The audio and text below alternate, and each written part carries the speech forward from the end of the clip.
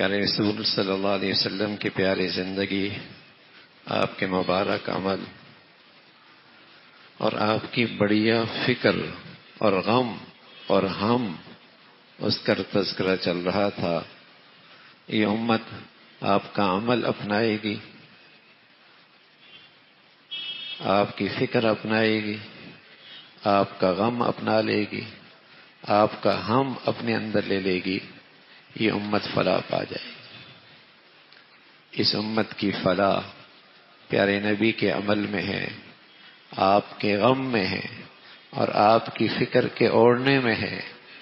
یہ امت فلاح پا سکتی ہے اور یہ امت کامیاب ہو سکتی ہے۔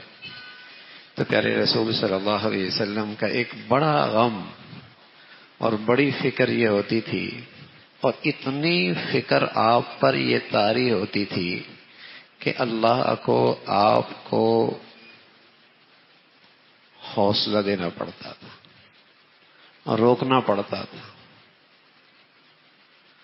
فَلَعَلَّكَ بَاخِعٌ نَفْسَكَ عَلَىٰ أَلَّا يَكُونُوا مُؤْمِنِينَ، کیا آپ اپنی جان ہی ختم کر بیٹھیں گے کیا اس غم میں اور اس فکر میں؟ وہ فکر کیا تھی، وہ غم کیا تھا؟ لوگوں کو ہدایت مل جائے، لوگوں کو ہدایت مل جائے۔ انسانی فلاح کے لیے اس سے بڑی کوئی چیز ہوتی تو اللہ کے نبی اس کی فکر کرتے۔ اللہ کے نبی جانتے تھے ہدایت سے بڑی دولت اللہ کے خزانوں میں نہیں، اور کسی کے لیے ہدایت کا راستہ ہموار کر دینا اور ہدایت کا روشنی دکھا دینا، اس کے ساتھ اس سے بڑی خدمت کوئی نہیں، اور اس کے ساتھ اس سے بڑی بھلائی کوئی نہیں، اور اس سے بڑی فلاح انسانیت کوئی نہیں، اس سے بڑی کوئی خدمت نہیں۔ تو پیارے رسول صلی اللہ علیہ وسلم کو ایک بڑی فکر ہوتی تھی، اس لیے باپ ہے، گھر کا بڑا ہے، اس پہ فرض ہے، فرض، مستحب نہیں، مستحب نہیں، فرض ہے کہ اپنی اولاد کی، اپنے گھر والوں کی ہدایت کی تربیت کرے، ان کو دینی تعلیم اور تربیت کا اہتمام کرے، اسے اس کی فکر ہو، ورنہ گناہگار ہے، حرام کرتا ہے، کبیرہ گناہ کا ارتکاب کرتا ہے، کبیرہ گناہ۔ ہم بس اوقات بار ڈھول بجا رہے ہوتے ہیں اور اپنے گھروں سے غافل ہوتے ہیں، گھروں کے اس فریضے میں کوتاہی کر رہے ہیں۔ سڑک والے کو میں دعوت دوں گا، ثواب ملے گا، اجر ملے گا، اس کی ہدایت پہ آنا بہت بڑی کمائی ہے، فرض نہیں ہے۔ گھر میں فرض ہے، جہاں میرا اختیار چلتا ہے، جہاں میرا اختیار چلتا ہے، جو میرے ماتحت ہیں، وہاں یہ فرض ہے، یہ سب سے بڑی خیرخواہی ہے، اور یہ اولاد کے سب سے بڑا بھلا ہے۔ اس میں نمازی بھی کوتاہی کرتا ہے، حاجی بھی کوتاہی کرتا ہے، روزے دار بھی کوتاہی کرتا ہے، دیندار بھی کوتاہی کرتا ہے۔ وہ اس فریضے سے غافل ہے کہ اسے آج اولاد کی، گھر والوں کی، اپنے ماتحتوں کی ہدایت کی فکر نہیں، یہ غم نہیں ہے اسے۔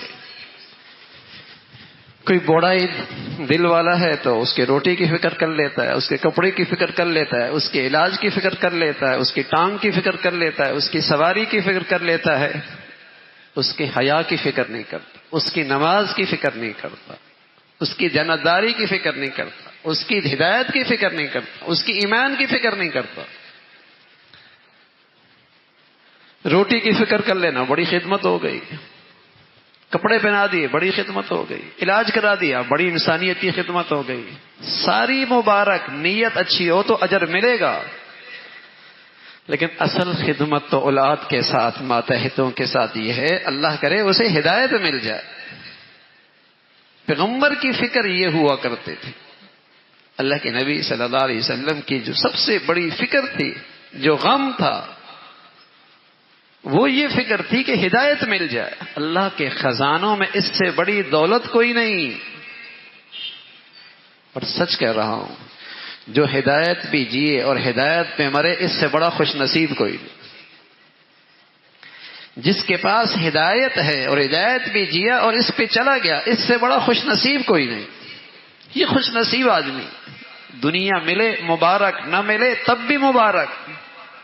دنیا ہاتھ آئے ٹھیک، نہ آئے تب بھی کوئی نقصان نہیں ہے اس کا. اس کے بعد دولت بڑی ہے. کسی کے پاس لینڈ کروزر ہو اور روتا رہے کہ میرے پاس سائیکل نہیں ہے، میرے پاس سائیکل نہیں، موٹر سائیکل نہیں میرے پاس. ارے کیا رکھا ہوا تیرے پاس؟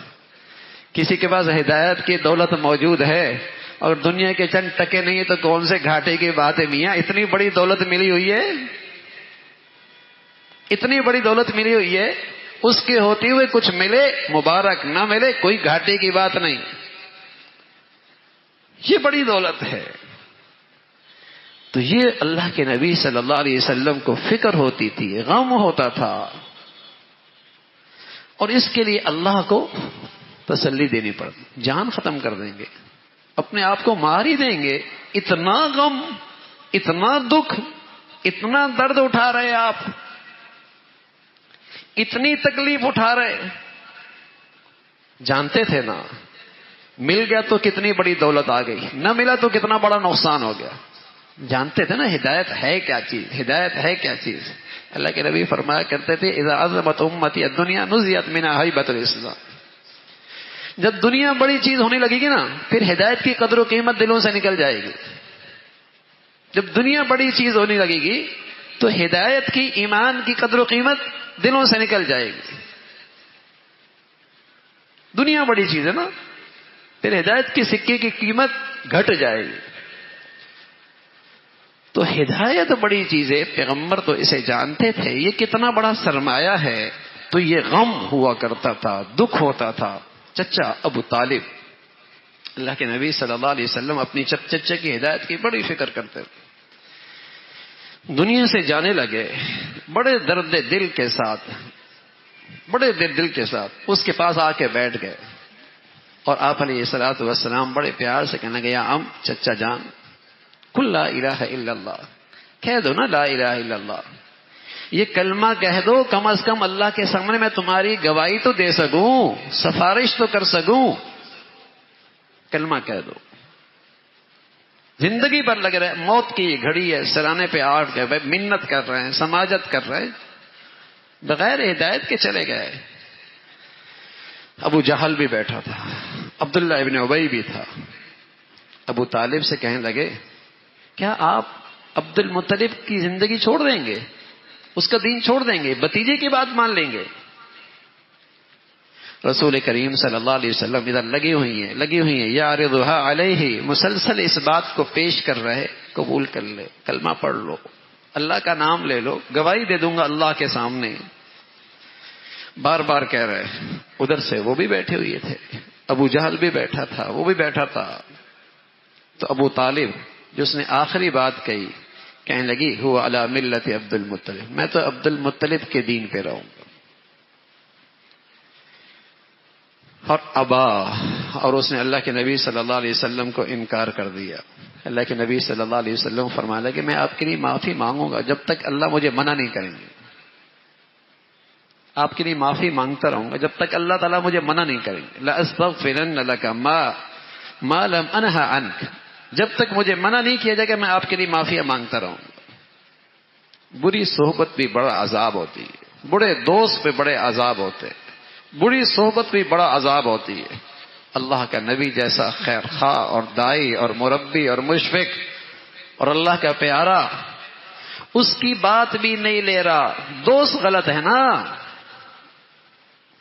یار غلط ہیں، صحبت غلط ہے، صحبت غلط ہے، یار غلط ہے، صحبت بری، بڑا عذاب ہے. برے دوست اللہ کی طرف سے بڑی ناراضگی ہے، یہ بڑی ناراضگی ہے. تو جاتے جاتے ایمان سے محروم رہا. لیکن اللہ کے نبی صلی اللہ علیہ وسلم کا غم، فکر کیا ہے؟ ہدایت مل جائے. فکر کیا ہے؟ ہدایت مل جائے. ایک بچہ یہودی تھا، آپ علیہ الصلوۃ والسلام اسے قریب کرتے تھے اور اسی سلسلے میں وہ آپ کی آ کے خدمت بھی کر رہا تھا. آپ کی چاہت تھی اس کو مانوس کر لوں، ہدایت پہ آ جائے.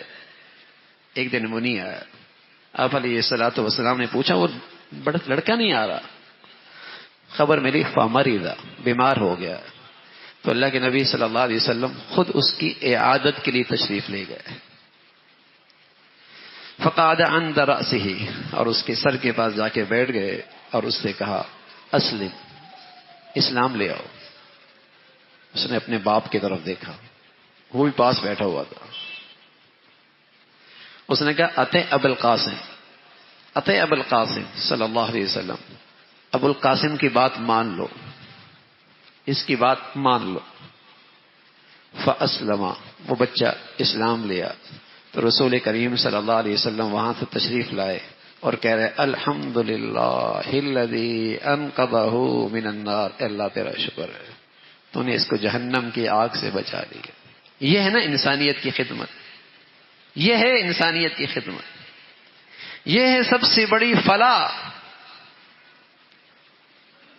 ہدایت کا نقشہ، اللہ کرے یہ چراغ میرے دلوں کے اندر بھی جلے اور میں یہ چراغ جلانے کا ذریعہ بھی بن جاؤں. ہدایت، یہ اللہ کے نبی صلی اللہ علیہ وسلم کا غم تھا. ہدایت مل گئی، اس کو ہدایت کا نور مل گیا. تو رسول کریم صلی اللہ علیہ وسلم اس کی فکر کیا کرتے تھے. یہ فکر آپ پہ اور یہ غم آپ پہ ہر وقت طاری رہتا تھا. اور یہ فکر ہوتی تھی کہ میری امت کا آخرت میں کیا ہوگا، اس امت کا آخرت میں کیا بنے، یہ بھی آپ پہ غم رہتا تھا. اور ایک دن آپ اللہ سے کہہ رہے اللہم امتی امتی، اللہ میری امت میری امت. اور یہ کہہ رہے اور رو رہے، کہہ رہے اور رو رہے، کہہ رہے اور رو رہے. سبحان اللہ. سچ کہہ رہا ہوں میرے عزیزو، اللہ کے نبی اس امت کو ایک برادری بنا کر گئے، ایک برادری بنا کر گئے ہیں. ہم نے آج اپنی برادریاں مضبوط کر رہے ہیں، اپنے فرقے مضبوط کر رہے ہیں، اپنے رنگ نسل کے گروہ مضبوط کر رہے ہیں. ہم آج وطنیت کے بت کھڑے کر رہے ہیں اور جو نبی امت بنا کر گئے ہیں اسلامیت پر، وہ کمزور کر بیٹھے، وہ رشتہ کمزور کر بیٹھے، وہ اسلامی اخوت وہ کمزور کر دیے. اور کوئی آدمی بھولا بھٹکا دنیا کے کسی کونے پہ جا کے اپنے مسلمان بھائی کی خدمت کرے اور اس اسلامی رشتے کو زندہ کرے تو مسلمان کہلانے والا بھی کہتا ہے اپنے ملک میں کیا کم تھے، اپنے علاقے میں کم تھے کیا، اپنی برادری میں کم تھے کیا، اپنے ہاں غریب کم تھے.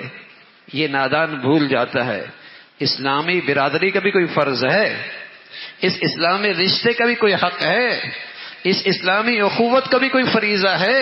تبھی تو دنیا میں ہم کٹ بٹ کے مر رہے ہیں اور دشمن جہاں چاہتا ہے بیٹیوں کو بے آبرو کرتا ہے، نوجوانوں کے کھوپڑیوں سے کھیلتا ہے. اسے پتا ہے یہ امت ٹکڑوں میں تقسیم ہو گئی ہے، اسے اپنی فرقے کی فکر ہے، اپنی برادری کی فکر ہے، اپنے علاقے کی فکر ہے، اپنے زبان والوں کی فکر ہے، اپنے ملک والوں کی فکر ہے. اسے نبی کی امت کی فکر کوئی نہیں ہے، اسے نبی کی امت کا درد کوئی نہیں ہے. یہ اپنے گروہوں میں بٹی ہوئی ہے. تو اللہ کے نبی صلی اللہ علیہ وسلم اللہم امتی امتی یہ کہہ رہے اور رو رہے، کہہ رہے اور رو رہے.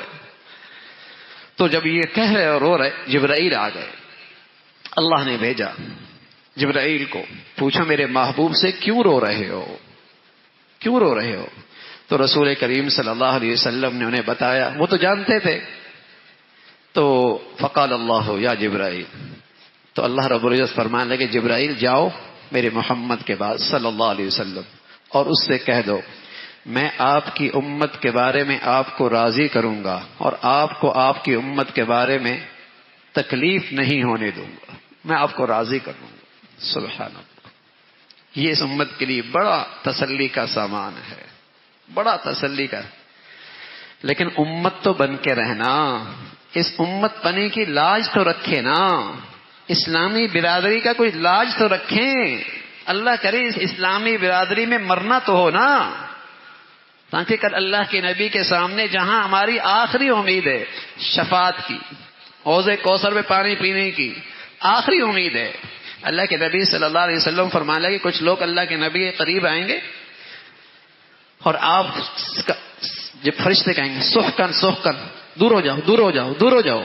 آپ علیہ الصلوۃ والسلام فرمائیں گے یہ تو میرے ہیں. فرمانا یا رسول اللہ یہ آپ کے نہیں ہیں, ان کا آپ کی امت سے کوئی تعلق نہیں ہے, انہوں نے تو آپ کی امت کا جنازہ نکالا ہے, ذبح کی ہے, اس کو آپ کی امت سے کوئی تعلق نہیں. اس نے تو آپ کا پیچھے چھوڑا دین, اس کا شکل ہی بگاڑ دی ہے, اس کا نقشہ ہی بگاڑ دیا ہے. سخن دور ہو جاؤ, دور ہو جاؤ. تو جینا مرنا تو امت پر ہو, اس برادری کا لحاظ تو ہو.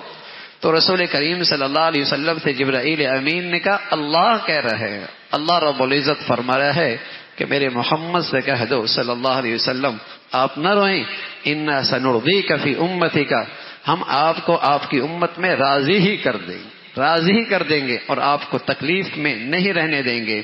تو رسول کریم صلی اللہ علیہ وسلم کو آپ کی امت کا فکر تھا. ایک وقت تھا آپ کے دلوں میں جب نماز فرض ہوئی تو ایک غم لائق ہو گیا. غم یہ لائق ہو گیا کہ نماز کے وقت پہ لوگوں کو نماز کی اطلاع کیسے دے. اذان کا حکم نہیں آیا تھا, اطلاع کہہ دیں, یہ آپ کو فکر تھی. لوگوں کو اللہ کے اس فریضے کی طرف کیسے بلائیں, اس کی آپ کو فکر تھی, اس کا غم تھا. کسی نے کہا یا رسول اللہ آگ جلا دیں, کسی نے کہا بانسری بجا دیں, کسی نے کہا ڈھول بجا دیں. آپ نے فرمایا یہ تو اچھی چیزیں نہیں. یہ غم تھا, یہ ایک فکر لگی تھی. اتنے میں ایک صحابی حضرت زید ابن عبد وہ آئے, کہنے کہ یا رسول اللہ مجھے خواب آئی ہے, اور مجھے اللہ نے خواب میں جاگ رہا تھا, سو رہا تھا, مجھے ایک خواب آئی کہ ایک آدمی اذان دے رہا ہے اور اذان کے یہ کلمات ہیں. تو حضور علیہ الصلوۃ والسلام بلال کھڑے ہو جاؤ, جو یہ کہہ رہا ہے سیکھو, اور جو اس کے الفاظ ہیں اسے سیکھتے رہو. ففعلوا, اور پھر تم بھی ایسی اذان دینا شروع کر دو. تو آپ کا غم, آپ کی فکر, اللہ نے یہ راستہ نکال دیا. خواب میں اللہ نے یہ الفاظ سکھا, اللہ اکبر, اشہد ان لا الہ الا اللہ, اشہد ان محمد رسول اللہ, حی علی الصلاۃ, حی علی الفلاح. یہ اذان کے الفاظ. فرمایا بلال سیکھو, اسے سیکھو, اور جیسے یہ تمہیں سکھائے پھر تم ایسے اذان دے دو. تو رسول کریم صلی اللہ علیہ وسلم کو فکر تھی امت اس فریضے پہ اسے کیسے بلایا جائے, کسی کا یہ فریضہ رہ نہ جائے, کوئی کسی سے یہ فریضہ چوک نہ جائے. تو یہ فکر تھی, یہ غم تھا, تو اس کا اہتمام تھا. اور خود آپ کی کیفیت کیا تھی؟ مرض الموت ہے, بیماری ہے جس میں آپ کی وفات ہوئی.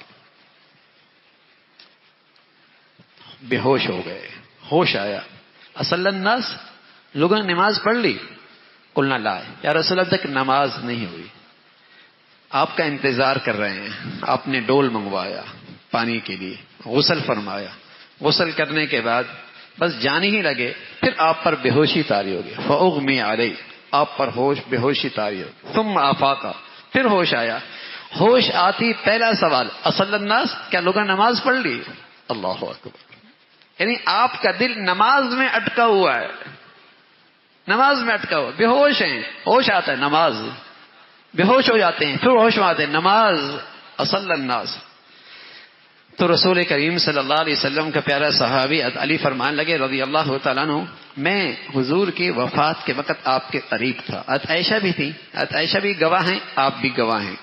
فرمانے لگے رسول کریم صلی اللہ علیہ وسلم کی زندگی کا آخری بول, زندگی کا سب سے آخری بول, آپ کی آواز نہیں آ رہی, کان ہونٹوں کے قریب کیا جا رہا تھا, کان ہونٹوں کے قریب کیا جا رہا تھا.